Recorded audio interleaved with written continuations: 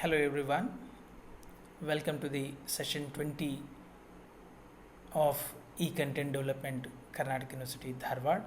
I am Suresh Metigar, Assistant Professor of English, Government First Grade College, Bhatkal. In this session, I would like to discuss about a poem called How Do I Love Thee by Elizabeth Barrett Browning. In the last session, that is session number 19, I had discussed about the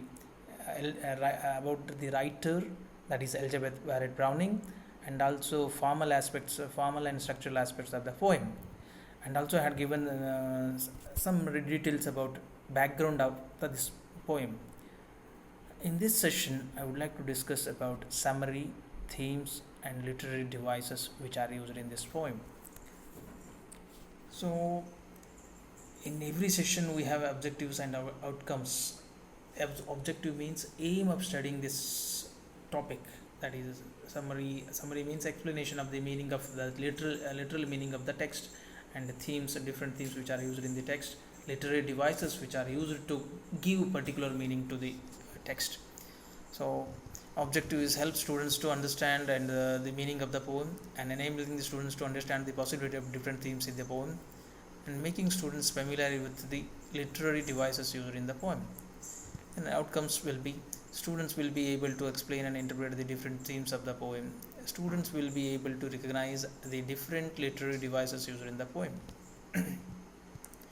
So to recap or to remember what I spoke about the writer and the structure and other forms of the poem. This How Do I Love Thee is a beautiful sonnet written by Elizabeth Barrett Browning, and it is written in Petrarchan model. And this sonnet is Petrarchan sonnet, and which was I wanted to tell something about writer also, and I had given all the details in the previous session.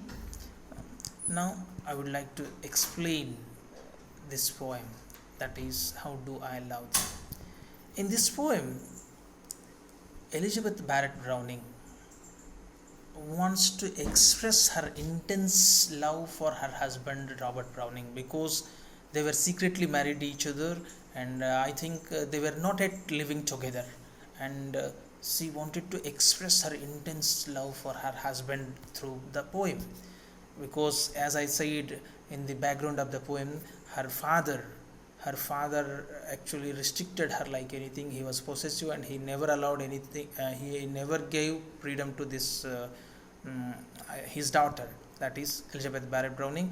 Apart from that, she had many health problems when she was young. So when she started loving Robert Browning, and she was madly in love with Robert Browning, and she expressed her intense love for him in this poem. In this poem, first she asks, because she is in confusion, she is not able to express her love in the words. That is why she asks, how should she love him? She asks the question, how do I love thee? Thee, the word thee, that is old English you, means closeness. It indicates closeness in those days. That is why she asks, how do I love thee? And she herself gives the answer that, let me count the ways. It means she wants to count in which way she can love, in how many ways she can love him, and she wants to express those ways in this poem. So she expresses the ways in which she loves him, that is, I love thee to the depth and breadth and height my soul can reach, when feeling out of sight for the ends of being and the ideal grace. See here, first way of loving him. She loves to that extent where her soul reaches, when her being, that is her existence, and the God's grace or God's blessing comes to an end. Means when she is at the end of her life, or her existence is at the end, then soul reaches somewhere, and what extent soul reaches, to that extent she wants to love Robert Browning. And the next way is for the I love thee to the level of every day's most quiet need by sun and candlelight. In that the first way it was spiritual love. In secondly, second way, she comes down to this common love, that is day to day love. She wants to love him in every moment of ordinary day and night, ordinary day and night. And the third way, that is I love thee freely as men strive for the right. In third way, what she wants to tell is she wants to love him freely as men strive for right. Freely here is without any force, without any manipulation, or without any attraction. That means her love is pure. She wants to love as a right, not as an attraction, not as a manipulation, not as a not or because of any force. So the next way she tells here is I love thee purely as they turn from praise. Purely, that's what she tells. Her love is pure. Turn from praise means those people who don't expect anything from their work. She also don't expect anything from her love, and her love is unconditional and pure. So I love, next way she says, I love thee with the passion put to use in my old griefs. That is what I said. She was not having good health when she was young, and she had many different feelings. And when all these feelings combined, a combined force becomes what? No, to that extent she wants to love him. And with my childhood's faith, the another way is with my childhood's faith. Childhood faith is unbelievable faith, because a child will always having hope. So like child's faith, she has love for him. She has love with that faith as child has faith. And next way she says is I love thee with a love I seem to lose with my lost saints. Here again she gives the divinity, that is spirituality, to the spiritual touch to the love. She loves as she loved divine saints, or old saints, or divine saints, means without expectation, or with the great reverence. With great reverence she loved her husband. And last she says I love thee with breath, smiles, tears of all my life. She tells that in every situation, in all conditions, she wants to love him, because her love is pure. And even she tells in the last line that if God permits her to love even after death, she will love him. She would love him even after death also. So in this poem she is expressing her intense love, and when she finds it is difficult to express that intense love, she tells that she asks herself a question: how should I love you? And she counts in various ways she could express her love, and she tells that her love is pure, as well as spiritual, as well as material means it is not that material in this negative sense. Even she loves in common days also, as a common lover also, and as a spiritual lover also. But her love is unconditional, and she wants to love even after death. That is what is presented in this beautiful sonnet. Themes. In this theme, as I said, this poem is about love, that is intense love, and love as a choice and freedom. Love is freedom and choice, because she was having restrictions and many problems in her own house, that is her father's house. So when she started loving Robert Browning, it was a great freedom to her, and she found one and everything in that love. That is why it is a choice for her, it is a freedom for her, it is a spiritual light for her, and that is what expressed in this poem. And it is also about intense love. Because of that intensity, she has been describing in so many ways she could love him. And romantic love versus spiritual love, as actually this is this theme is not much there in this poem, because romantic love, spiritual love, the unconditional love itself is, that may be romantic or spiritual. Spiritual love is unconditional, as romantic love is concerned. Romantic is not always materialistic or not always about earthly. Even romantic love can be spiritual love. So I don't agree with this theme, but this theme is actually many critics have spoken about this theme. I don't agree with this one. And now let us see what are the literary devices used in this poem to express that intense love. Imagery, we have beautiful imageries. Imagery means images that come to our mind when we read or when we see the words. Sun is an image which is who is known to everyone on the earth. And candlelight, sun and candlelight, they come in single line. Candlelight is also an image which is known to all the people.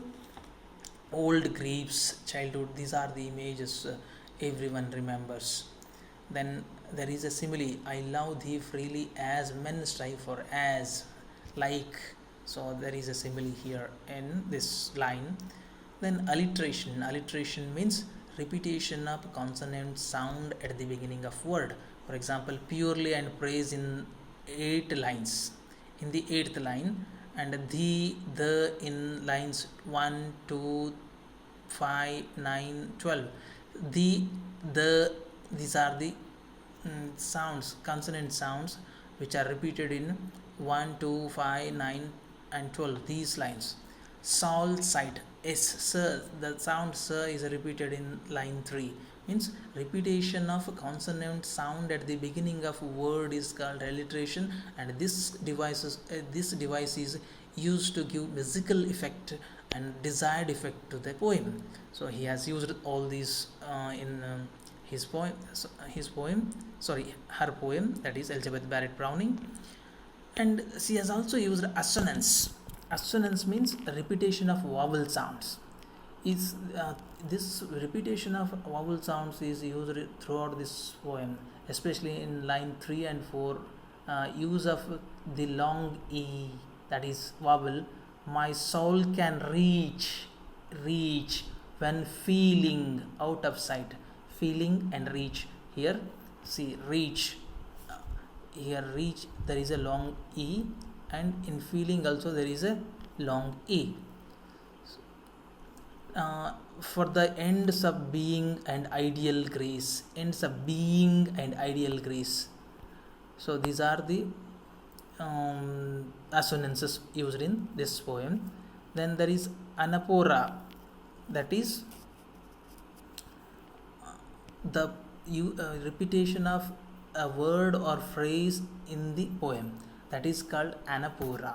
So I love thee, the phrase I love thee is repeated in 8 lines of the poem, and I shall but love thee in the last line.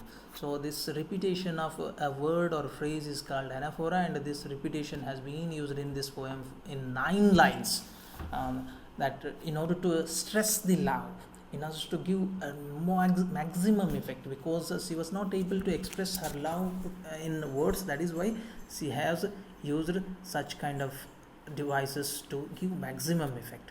Then there is one more device she has used in this poem, that is enjambment. Enjambment means extending the idea from one line to other line.